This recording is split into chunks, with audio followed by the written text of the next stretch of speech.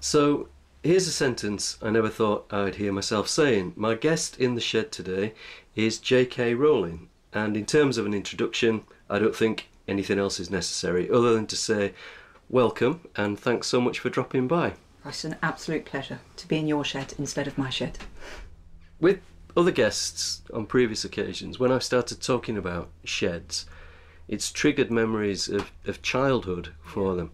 Did sheds figure in your upbringing? Yeah, very much so, but it was my father's space, so that made it quite a scary space. But I built a structure in the garden that I call the writing room. There's a lot of wood. It's got a very shed-like roof. Is this where you live now? Yeah, our house in Edinburgh, and that's where I do 90% of my writing. I had to stop writing in cafes. I've really loved it, but I just couldn't anymore. And it is small, but it's got a view, and you've got the most magnificent view here. But do you always write in here? Because I can write anywhere, and you know, sometimes the mood grabs you in the bathroom or something, so I've been known to lie flat on the bathroom floor and just type or write, but mostly I write in the writing room. Yeah, I prefer it when it's warm. Probably not as warm as it is today, it's stifling. But the good thing about being out here is there's no internet. Exactly, I haven't got internet out there either. But the shed was a sort of an out-of-bound space, was it, before? Yeah, completely, but that, of course, makes it mysterious and interesting. And I love the look and the smell of wood. I love this place you've got here. Occasionally I'll be sitting in here or in my study in the house, and it's too quiet. Yeah. You know, I want something that's, I don't know, of this world without it being interference or distraction. That is exactly how I feel, and I used to, you know, when I was completely anonymous and completely free, it was exactly that. I really enjoyed being in the world, but in my world, simultaneously. Sometimes the silence can be a little spooky, can't it, when you're living in your head, and you do just want that thread still connecting you to the physical world. And I used to love writing in cafes. The urban legend, it is actually true, but it sort of became part of the story of Potter. But my flat was bitterly cold. It was a glorified bedsit, so cafes were warm. And it was also true that I could only really work when my daughter was asleep, because she was tiny, and I'd just think, right, I've got an hour and a half, because she was quite a good napper. And then I would run in and, you know, that would maybe do me a quarter of a chapter, or the first draft of a quarter of a chapter or something. I actually owe Jessica a lot. Well, among the many millions of things I owe her, one of the things I owe her is it really made me focus. My life was, I'd really messed up my life, was the way I saw it. But actually that stripped away all of the inessential. And I absolutely was at a point where I thought the worst that can happen here is that every publisher turns down this book. Big deal. Compared to what we've just survived, that's nothing. And I am going to finish this book. You know, I'm sure you get this question all the time. And maybe it's different for a poet. Because I'm such an appalling poet, I have no idea how you do what you do, but... You just cut the ends of the lines off. That is so funny. I want to write that. I have quotations painted on my writing room wall, and I'm going to quote you. I just cut the lines off. Simon Armitage. That's brilliant. What the hell was I just saying? Don't know if they say this to you. Do you only write when you're inspired? In my head, I say, well, if I only write when I'm inspired, I've written half a book. Yeah. A professional writer has to push through. We all love those moments of brilliant inspiration, but it's the work you do after that count, or that's how I see it. I once wrote a paragraph of Harry Potter sitting on a public loo. That happened. You know what? It was the moment. I had no time. It's going to have to happen now. So it made me very unprecious about the conditions I need to write. And that was good, because you know what? It meant I could raise my kids and keep going. Maybe they would have been better written if I hadn't had that life, but that's just what it was. That loo is obviously going to turn up at Sotheby's one day. I'm not telling anyone where that loo was. I'm too embarrassed. I can't believe I've told you that, but that is the truth. You kind of touched on it, Joe, issues about privacy. And it's a sort of contradiction among writers that we want to be acclaimed and known, but we need to be able to go about in the world, sort of incognito, to observe it and not become detached from it. As one of the most successful writers of all time, is it possible to retain any kind of anonymity or invisibility? It is, but you've got to be smart about it. I mean, obviously, I don't go and hang around the Harry Potter merchandise in department stores. That would look a bit stuff like that. But honestly, I'm not that distinctive looking, and I'm quite small. You know, I do live a pretty normal life, to be honest. I used to be maybe a bit naive, because I always used to think, oh, people in Edinburgh don't know who the hell I am. And funnily enough, and really touchingly actually, I gave a donation to MS Research, and the next time I went into town to one of my favourite cafes to write, about 5 people walked up to me and said, look, I'd seen you around, never wanted to, you know, disturb you, just want to say my uncle's got MS. But it was very, very touching. But I then realised, oh, actually, yeah, people have noticed me. Yeah. I never wanted to be a celebrity. That sounds ungrateful, because obviously I've been enormously blessed. I wanted to be a writer. And yes, all of us think, oh, I hope people like the books, but things slightly overshot the mark in that respect. So some of it's really beautiful, but you do want that ability still just to slip into the crowd and just watch life. Yeah. If you're putting a quote of mine on your wall, I'm now going to put yours on my wall, which is things overshot a little bit. You can have it. Yep, that's my gift to you. If it helps with the anonymity, I was in a supermarket in Huddersfield a few weeks ago and saw on the shelf a Harry Potter cloak of invisibility for $19.99. Oh, that's going cheap. Brilliant. Yeah, except I could see it. So maybe it only works when you put it on. I didn't get to the sort of trying on stage. It's coming on to a slightly different subject. I've always been fascinated by writers who go by their initials rather than their name. So, you know, T.S. Eliot, W.H. Auden, R.S. Thomas, J.R.R. Tolkien. Am I right in thinking your decision to be known as J.K. Rowling came about through a recommendation from your publisher? Partly right. I've actually never said part of this before. It is true that my publisher felt that this was a book that boys would also like, and they definitely were keen to unisex me a bit. This is the bit I've never actually said before. I actually wanted to be published under a completely different name because I'd come out of this very difficult marriage, and I was a little bit paranoid. It was silly, really, because my ex-husband knew what I'd been writing. He never read it, but we had talked about it. So if he ever heard about it, I suppose he would know it was me. But I didn't imagine it was going to be a success. I didn't imagine it was going to be in Portugal. But I was a little bit paranoid at the time. You thought it might make you vulnerable? Or... I actually had a restraining order out against my ex-husband. So as we got nearer to publication, I thought maybe I'll just publish this under a different name. I'll have a pen name and that would be great. So JK was actually suited me a bit, not to have my name on there somehow, although of course it is my surname. But I don't really feel like JK. Did you have another name lined up if it wasn't going to be anything with Rowling in it? Yeah, and funnily enough, the surname I wanted to use was Oliver, and I don't really know why it was Oliver, but it was. And I met the comedian John Oliver, and I thought, it would have been like I was his sister. You come across these people with names that have such strange resonances. Anyway, there you are. Do you think that having a sort of writing name, that you're kind of creating a writing persona? So, when you're loading the dishwasher or brushing your teeth, you're Joanne, but when you sit down to write, you are J.K. Rowling or you are Robert Galbraith. Does something else come over you connected with the writing name? Honestly, no. I feel disconnected from the person who's written about in the papers, but I think that's quite a universal experience. I think I'm sure you have had that experience. Slightly disembodied. Yeah, it's as though there's this other entity that has a similar name is out there doing things that you don't always recognise, even if they are things you did. But no, the same person who brushes her teeth and loads the dishwasher is definitely sitting down to write. Those people are all integrated. I don't feel any different. I am genuinely intrigued when I talk to other writers about the process of making words. Do you still write things out into books? No, but I do still love writing longhand into books. So I have tons of notebooks, and I write a lot of dialogue down. I handwrite a lot of dialogue. I write ideas down. I work out bits of plans by hand. It's such a prosaic reason for writing longhand, but to me it's important. You get to keep everything. You know, the thing is with a computer, when it's deleted, you can't go back. You think, oh, damn it. Yeah, I know I'd planned a chapter there, and I know I think that would have worked better, and it's gone. But I've learned that just keep saving. So I've got, 52 versions of a plan. Just make sure you save it and go again.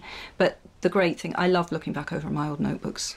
It's a true record of where everything came from. I always say to my students that it's good to build up a kind of archaeology of your work that you can look back on, even if it's just about seeing your mistakes, where you went wrong. Because, yeah, you're right, deleting everything just leads to this idea that something was perfected from the beginning. Is there a J.K. Rowling archive somewhere of notebooks? No, it's all, I've got it all. I feel, I don't know what I'm going to do with any of it. Part of me thinks I'll just have a big bonfire. Don't do that. No, I don't know. Nabokov said that awful thing about people exhibiting their first drafts. It's like passing around samples of sputum. That's one of the quotations I've got on my writing room wall, and I do feel like it's passing around samples of sputum. Yeah. I'd keep a notebook, and I noticed at one point I was getting very self-conscious about it. So when I approached the notebook, it wasn't a notebook anymore. It was some sort of artifact, and it wasn't doing its job. It wasn't a place where I could make mistakes anymore. And also I'd started putting stickers in there as well of, like, I don't know, luggage tags and train tickets and labels from wine bottles, and it got to the point where I couldn't even write in it. That's hysterical. That's so funny. No, my notebooks are not like that. This is, you told me to bring a meaningful object. Well, there are two objects in my hand, I should say, for people who can't actually see what I'm showing Simon. These are two minuscule, very old notebooks, and these were my first Potter notebooks, and to date only 3 people, including me, have ever seen them. I've never shown people this because there are things in these notebooks that I just didn't want seen. That's amazing. So I remember buying these in an art gallery in London in the early 90s, and I must have started writing in them in either 91 or 92, because this is such early stuff. They're little They're tiny little thin paperback with sort of flowers on. Yes, the one's got a reproduction of, I think that's a Dutch still life, and one's just got a William Morris type cover. I nearly chickened out of bringing these, Simon, and I'm not going to show you the bit I'm talking about because I flicked through them last night. I got them down from the attic. And I realised there's an appalling poem in one of them. Oh my God, I've just seen something even worse. We'll glance over that. So there's an appalling, dark, very tragic poem. I want to hear the terrible... No, absolutely. I'm not reading that to the Poet Laureate. Dear God. When honestly, it nearly stopped me bringing it. But they're scribbled notes, aren't they? And lists rather than paragraphs and sentences. Yeah, exactly. Because I was, at the time when I was jotting things in these notebooks, I had started writing properly. So old phone numbers in Portugal, doodles, well. Reminders of things I've got to do. And then suddenly you've got a bit of dialogue that actually did end up in Philosopher's Stone, the difference between a stalactite and a stalagmite. Stalagmite has got an M in it, but, said Harry, I think that's as clear as an answer as you could wish for, said, and that's an old name for Dumbledore that I changed. What was it? I'm not going to tell you because it's so rubbish. And this, I actually remember doing this. So I had a couple of books that were full of fabulous, just random words from different cultures, magical spells, and a lot of that ended up in Potter. Like Alohomora, it means favourable to thieves. And this is funny, password for Slitherites. They were called Slitherites before they became Slytherins. I love looking back at some of this because it's exactly what you've just said, it's archaeology. So I was just trying to work out who all the teachers were. And one of these books, I've got the names of everyone in Harry's year with little notes on them. That's the terrible poem. We'll pass over that. Now that, there, I'd made a list in this book of the stuff I needed to sort out before I left my ex-husband. So that's... Leaving was kind of tricky. So, yeah, suddenly in the back... So it's fiction mixed with autobiography, mixed with practicality. Practical stuff, very strange poems. And then this is absolutely classic, and this is one of the main reasons I've never... My ex-husband and I used to play gin rummy a lot, and at this time, he and I were the only two human beings on Earth That's who knew the names Dumbledore Dumbledore versus and Voldemort. And I'd called myself Dumbledore inevitably and him Voldemort. And that's his handwriting, keeping score beneath. And then that's his handwriting, calling me Hermione and himself Harry. And, he was and not very won? like Harry Potter. Who won on those two games? Well, you'll be pleased to see I actually thrashed him both times. So, and as that's his handwriting, you can be quite sure. Anyway. They're incredible, Joe. So yes, so it's you. So I thought I had to show you this, and these were the names of all the people from in Harry's year. That means pure blood, actually. Lavender brown. That means pure blood because they're a wizard in a witch hat. Oh, a bird! A bird just hit the window. Oh, it came in and it's gone. It's an omen. Yeah, it's a blue tick. It's an omen saying, never take that terrible poem out of the attic ever again. You've got the book of spells out. The birds are coming. The birds are coming. And then there are just random thoughts that I was having, some of which were very dark. These mean so much to me, these two little books, because cheek by jowl, you've got the whole list of Harry's year, all the names that I was going to use for 17 years, all with these little annotations to remind me who they were. And then just read that little list there on that Abbott, page. Hannah, Bones, Susan, Boot, Trevor, Brocklehurst, Mandy, Brown, Lavender, Bulstrode, Millicent, Corner, Michael, Cornfoot, Stephen, and on and down and down and down they go. But I'm pretty sure that Malfoy wasn't called Malfoy at this point. Yeah, because I wrote him in. Draco Malfoy, I wrote him in. And you've got little sort of little symbols remind me of their ancestry, because I wanted a balance of wizard-borns and muggle-borns, and then the houses. Slytherin used to have a Y in it. It was Sliggerite at one point. God knows where that came from. And then it became Slytherin. So yeah, and then cheek by jowl with all of this, I've got really dark jottings about what I was going through at the time. So this is about the most personal thing. Yeah. These mean so much to me. And do you know what? The fact that they're tiny and cheap. And also they travelled used around and with creased, Oh yeah, aren't they? completely. They've been in your back really pocket, easy haven't to they? shove into a bag or in your back pocket, exactly. They're not precious, are they? Well, they are precious. The most precious things are not the things that you consciously... Do you know what I mean? Yeah, I do. Like, I've always been aware that if I showed someone this, there are people who would be almost disappointed. That's where Potter started. I was expecting a tooled leather book with a quill. And you think, no, that's never where this stuff starts. Fairy dust to come out when you open it. Exactly. And no, that's never where it starts. It starts in a very ordinary place and with very ordinary little notebooks. So there you go. Thank you so much for showing me those books. That is absolutely incredible. I'm worried now that my show and tell is not going to live up to that. Also, we've missed out on the feature signature tune for the show and tell, so we can do that in reverse as well. I'm so sorry. No, it's great. It's great. We've been writing haikus here in the shed this summer, and the most famous haiku of all time is Basho's haiku about a frog jumping into a pond. So, would you like, as your little signature tune, backdated, the sound of the frog, or the sound of the frog jumping into the pond? Pond. Pond, okay. Please. Here it comes.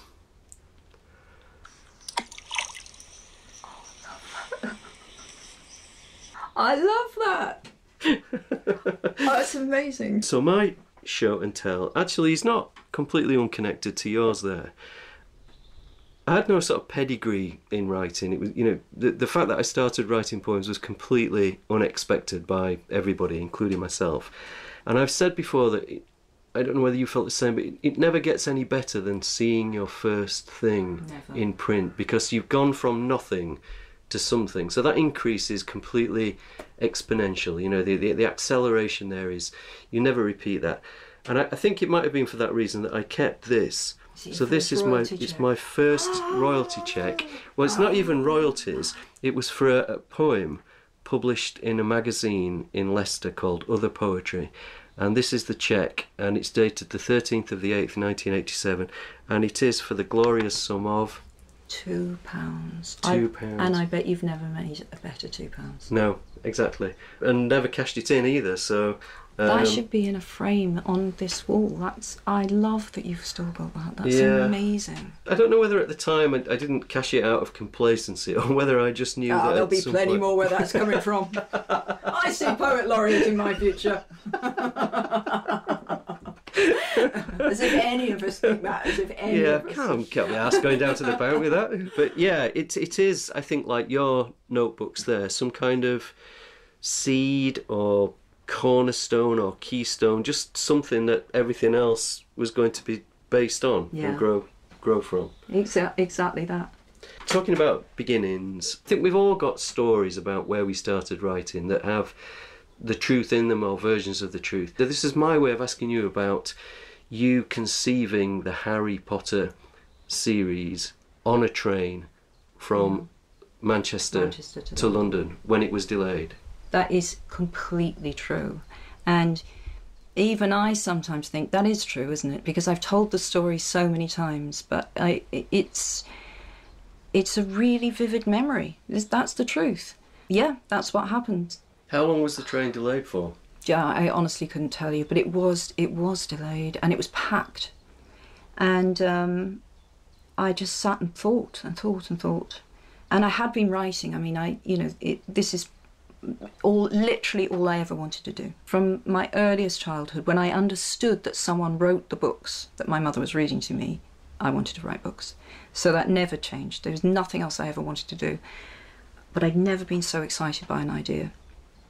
So I'd never even considered writing a book for children. I'm not sure, actually, initially, I really fully thought children's book, because I was just thinking about the ideas. I mean, obviously it was a children's book, but you know what it's like. You don't conceive of things from the outside in. You think of them from the inside out, I think.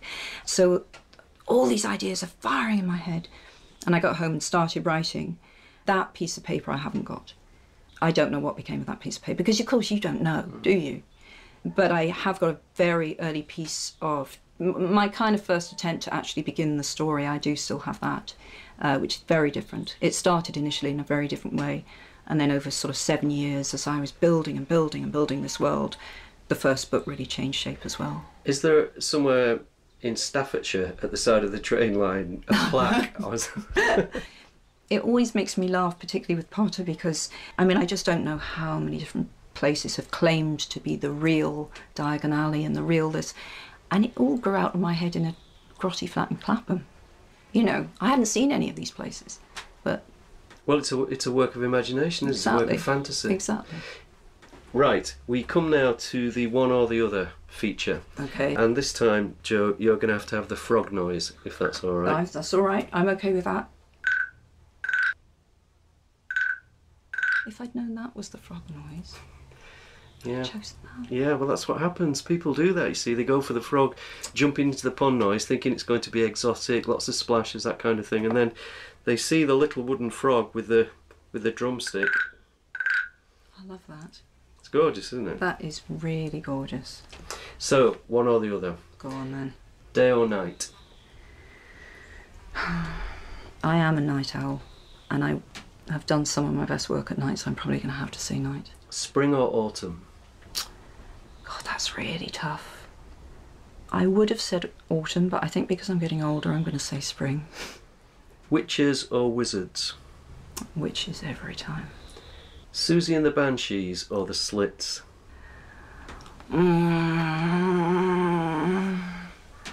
It's the Slits, yeah. The Slits, yeah. Passenger seat or driving seat? Well, I can't drive, so I think everyone will be happy to know that I'm normally in the passenger seat. Everybody will be safer. Yeah, much safer. Middle Earth or Narnia? Narnia. North or south? Probably north. Lightning or rainbow? Oh, lightning. I love storms. J.R.R. Tolkien or C.S. Lewis? Well, I know I've just said Narnia. You can compensate now if you want. Pretty much a dead heat. Yeah. Yeah. Yeah. God or no God?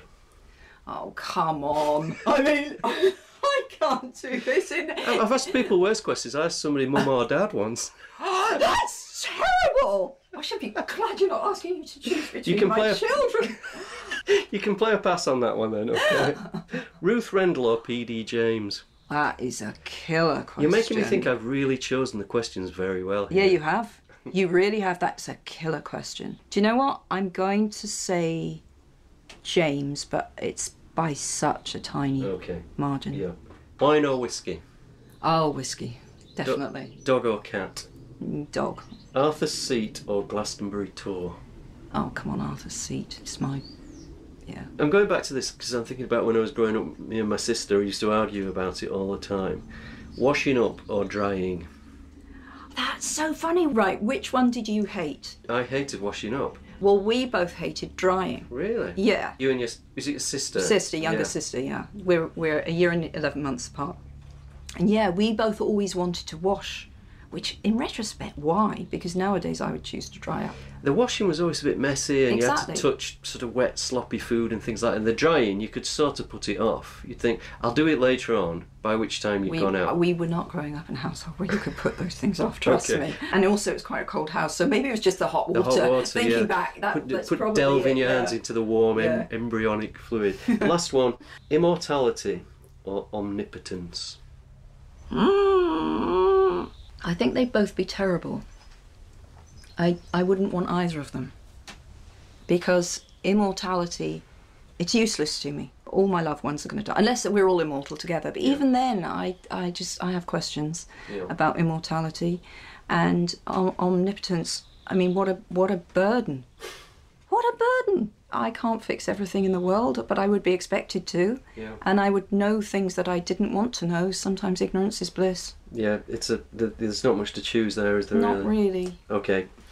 Why crime fiction, Jo? Why detective fiction? Oh, I always wanted to do it. You know, I really always wanted to do it. And I think probably I would have done it before Potter if I'd had the right idea. Although I think I needed to have lived a bit more than I had. I say that. By the time I finished Philosopher's Stone, I'd lived quite a lot. But when I had the first idea, I was just 25 and I hadn't, I'd been through some experiences and I was out in the world and I was working, but I didn't maybe have the breadth of experience that I then managed to bring to the series. And I think for crime fiction, it's good to have knocked around a bit, met a lot of different kinds of people and maybe shed some of your innocence. Was it something that you were reading a lot? Yeah, for my idea of a fun beach read is a whodunit, for sure. And I read, in my teens, I read tons of Golden Age detective, right? All the big women, the Christie and Sayers and Allingham and Marsh I read, and love Sherlock Holmes, as who doesn't? It was something I always wanted to do. I really enjoy the construction of plots. I love my detective duo. I really enjoy writing them, so it's a nice combination. When you chose another pseudonym for your books, for the Robert Galbraith... I wanted not to be J.K. Rowling. I just wanted not to be J.K. Rowling. I really did. And I actually wrote The Cuckoo's Calling, which was the first Galbraith, before I wrote The Casual Vacancy. Right. And then it sat sort of around a bit, and then I decided to start submitting it to publishers under a pseudonym. Was that nom de plume because you wanted to be judged by your writing and not by your reputation? It was a couple of things. I had this real craving to go back to this, and for the listeners, that I am pointing at Simon's cheque for £2. I wanted to go back to getting an honest rejection letter. Honestly, I really mean that. Could have had some of mine. Oh, I had enough. Don't worry about that. I mean, no, I've got my own fair share for both Galbraith and for Rowling. But I had reached the point where, some of my reviews on Potter were reviewing my bank balance, and a good review is something you learn from, right? I've always felt that, good or bad. But a lot of them really were reviewing me and the phenomenon, and as I say, how much money I'd earned, and it really had stopped being about the book for some reviewers. And I just had this craving for what I look back on very fondly, because we always forget how dark and it was to get those early rejection letters. I just wanted to go back to the simplicity of that. A couple of publishers did show interest in Robert, so then I went with Little Brown, who said, we will keep your secret. And I got away with it for a while. It would have been really nice to get away with it for a bit longer. I wanted to have the pure writing experience and not have to go out and be JK. And it was wonderful while it lasted.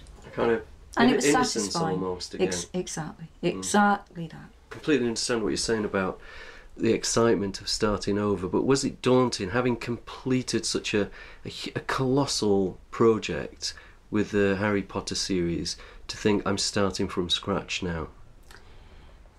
I don't think I ever felt daunted in the sense of I have to begin again, because I mean by 2000, honestly, I knew this will never happen again. You will never write anything a millionth as successful. I knew that. So I'd made my peace by that. But when I finished Potter, I felt bereft, utterly bereft. It had been there through 17 years, and the thing that the reader can never know is how much it gave to you, how much strength it gave to you to have that place to support you. You know, Potter had seen me through the death of my marriage, the birth of my first child, the fairly ugly breakup with my first husband. It had seen me through, and when I say seen me through poverty, I mean it was a joyful thing to be doing while I was poor. I don't just mean that it constant and exactly. It'd been a constant for 17 years, and my poor husband Neil, he took me away for the weekend. Not long after I'd completed Deathly Hallows, the 7th book, and we went to Venice, and it was the most beautiful morning. And we were sitting at breakfast, and he's beaming across the table, and I just burst into tears. And I said to him, I'm sorry, it's just hit me, it's really hit me. It's over, it's really over. And I meant the writing. I knew that I still had there was still the publication to come. I didn't mean that I thought everyone would stop reading Harry Potter books the moment the last book was published. But the part that meant the most to me was over and gone, and it could not come again, which was obviously the writing. And he was just a trooper. He just let me talk. And I said to him, it feels like a bereavement. And then when I started to think about writing again, honestly, I didn't feel daunted, because I'd made my peace with the fact that it couldn't be Potter, and I was just excited to have a new idea and work on something again. And you felt a huge sort of enthusiasm for that? I genuinely did. I never felt scared or hamstrung by... Not because I felt, wow, I'm so good at anything I do. I never have felt that in my life. But it was more that this is what I love, and I'm back doing what I love, and that is more important to me than anything, and that remains the case. That's how I feel. You've touched on this just now, but I mean, like everybody else in this world, you've had a life of ups and downs, and as writers, we know that life brings sorrows as well as joys. Literary commentators are always keen, aren't they, to read biography into fiction. Course. So when it's said, for example, that the Dementors are a metaphor for depression, is that something that you accept? Were you deliberately trying to engineer plots that at some level would discussing you and your life, or did that come as a revelation afterwards? Well, it's interesting you say the Dementors, because the answer is 50-50. I consciously set out to embody depression. Not because I was trying to tell the world that I was depressed, not because I was trying to write biography, but because we do draw on our own experiences, and my experience of depression was a very bad one, as it is for everyone who suffers from it. But at the same time, it is cathartic to take those things and turn them into fiction, particularly in such a, I wasn't talking about someone being literally depressed. I was turning depression into a creature. So that was very satisfying. At the same time, I realised subsequently that their appearance owed everything to a dream I'd had when I was a child. That suddenly came back to me. Now, I'd remembered the dream, and I obviously knew exactly what the Dementors looked like, but I don't even remember how long it was, but it might have been a couple of years before it suddenly clicked, and I thought, that's that dream. That's why the Dementors look the way they look. So you sometimes realize, I don't know if this happens to you, but it's often happened to me that I've written something and then it's come to pass in my life. And by the time the book comes out, everyone assumes that you're writing in response to, or you're making a point about. But the subconscious is an odd thing, and sometimes it manifests things that haven't yet manifested in the real world. Have you had that experience? Yeah, I have, and sometimes critics and commentators have pointed things out in the poems that I hadn't realised, but right. I recognise them as true once they're said. I mean, I don't think we always know what we're doing, do we? Definitely not. I've also had that experience where critics have said things and I thought, yep, that's absolutely true. And I've also, as I'm sure you have, had the experience of critics saying, this clearly means, and you think, you could not be more wrong. You are a planet and a half away of what I know that was about, but I'm not telling you. you know, we write in innocence, we write in isolation. It's often just us and the page or the keyboard, and then it goes out there and it becomes something else. And in your case, something absolutely extraordinary. Has there ever been a time where you thought this has got too big? Yeah, God, yes. I thought that about half an hour in. You have no idea, honestly. You're a writer, I'm a writer, and we are happiest in our sheds. So what happened was the Philosopher's Stone earned an unprecedented advance in the States, which actually enabled me to stop teaching and buy a house, which is incredible. And then the papers came calling. Suddenly the Sun was on the phone. Could they write my story? And I had to start giving interviews. And I felt this is completely out of control. This is not what was supposed to happen. I found it incredibly scary. And as I've already told you the thing about the pseudonym, you can now understand why I found this sudden burst of publicity actually very frightening. That wasn't what I had meant to happen. I hadn't ever expected to be papped on a beach.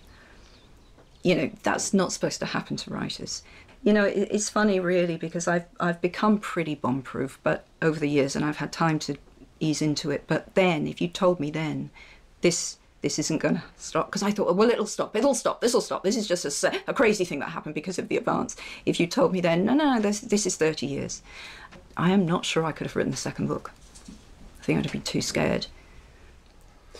You've absolutely no need to answer to any kind of literary criticism. The success of what you've done speaks for itself. But what about when that criticism becomes personal, and it's not so much about the work but about your opinions as a person? Does that make you question what kind of relationship you have with the public? I'm afraid that one of the quotations on my writing wall says, if you're not going to annoy somebody, what's the point in writing? Kingsley Amis.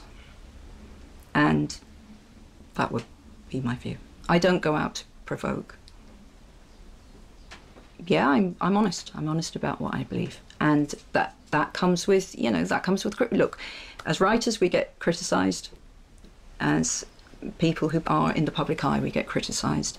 And that comes with the territory. I'm a passionate believer in a free press and freedom of speech. So I have to accept what comes with that, and I do.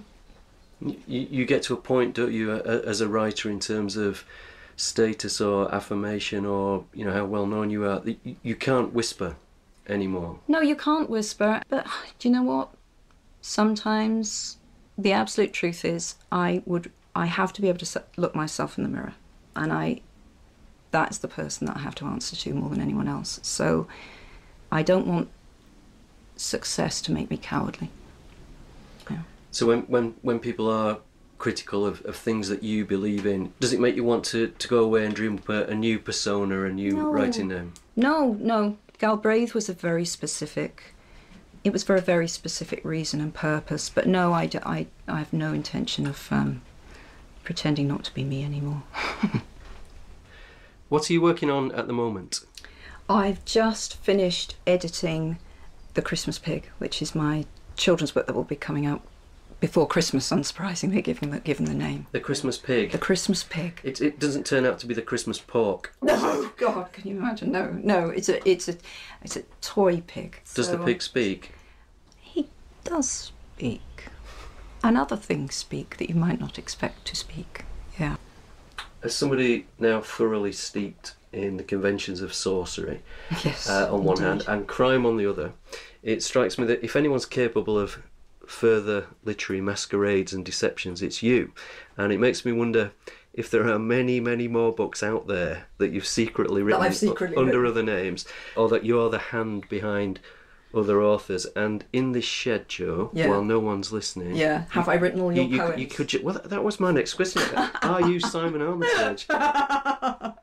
I could prove how un-Simon Armitage I am by opening this notebook and showing. Just give us the first line. I can't. The first word. No, the first word. I'll give you the first word. I think it's the.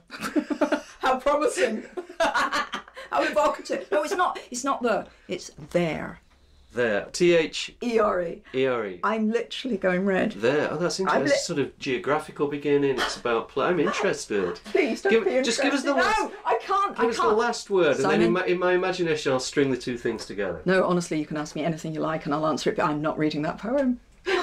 That's how bad it is. Okay, well, instead, I'll read you a poem. So my task in the shed, this series, has been to write everybody a haiku. These tiny, intense Japanese tradition poems. So this is the poem that I've written for you, Jo. Do you want to take a look at it? I really do. Invisible ink. Oh, you spotted it. Well, I am a witch. Come on. Okay, so ostensibly this is a blank piece of paper, isn't it? Let me give you the secret. Oh, this is amazing. I've got a secret, I'm going to call it a wand, but I think it's a UV pen. Oh, that's amazing. Morning conjurer whips back the dark sheet of night. Hey, presto. Foxglove. Oh, that is so beautiful. Morning's conjurer whips back the dark sheet of night. Hey presto, foxglove. That is beautiful. That's for you, and you better take this magic pen with you, Jo, so you can read it. Simon. Oh, it's incredible. We usually finish with a glass of Laureate sherry. It's a tradition that goes right back to John Dryden. You're kidding, you get your own sherry? I get my own sherry, yeah, 75 bottles a year. I'm so envious. Would you like a glass? I would love a glass. Thank you so much for coming. It's been such a pleasure. Oh, I wish I was a better poet. Well, if you won't show people your work, Jo, No, trust me. would you like a potter round the garden? I'd love a potter around the garden.